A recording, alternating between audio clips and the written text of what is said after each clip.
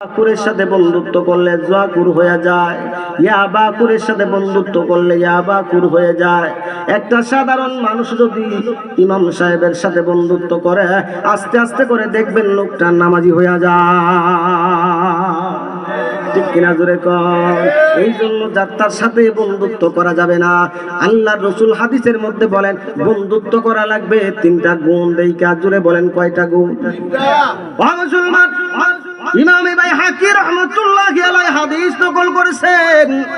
আল্লাহর নবীর চাচা হযরত আব্বাস রাদিয়াল্লাহু তাআলা আনহু আল্লাহর রাসূলের কাছে একদিন প্রশ্ন করলেন, ইয়া রাসূলুল্লাহ, বন্ধুত্ব কার সাথে করব?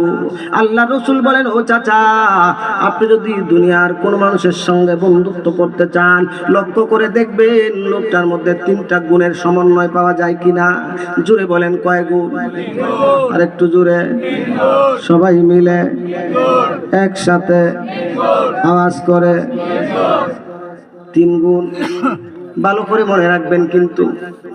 এক নাম্বার গুণ, আল্লাহ রাসূল বলেন, যাক্কারাকুম বিল্লাহি রুয়াতুহু, যাকে দেখলে আল্লাহর কথা স্মরণ হয়। যাকে দেখলে আল্লাহর কথা স্মরণ হয়। দুই নাম্বার গুণ, যাক্কারাকুম বিল আখিরাতি আমালুহু, যারা আমল দেখলে পরকালের কথা মনে হয়। যারা আমল দেখলে পরকালের কথা স্মরণ হয়। যাক্কারাকুম বিল আখিরাতি আমালুহু যাদাত ফি ইলমিকুম মানতিকুহু। দুই নাম্বার, যার কথা শুনলে ইলম বৃদ্ধি পায়। তিন নাম্বার, যারা আমল দেখলে পরকালের কথা স্মরণ হয়। এক নাম্বার, যার দিকে তাকাইলে আল্লাহর কথা মনে হয়। দুই নাম্বার, যার কথা শুনলে ইলম বৃদ্ধি পায়। তিন নাম্বার, যারা আমল দেখলে আখিরাতের কথা স্মরণ হয়।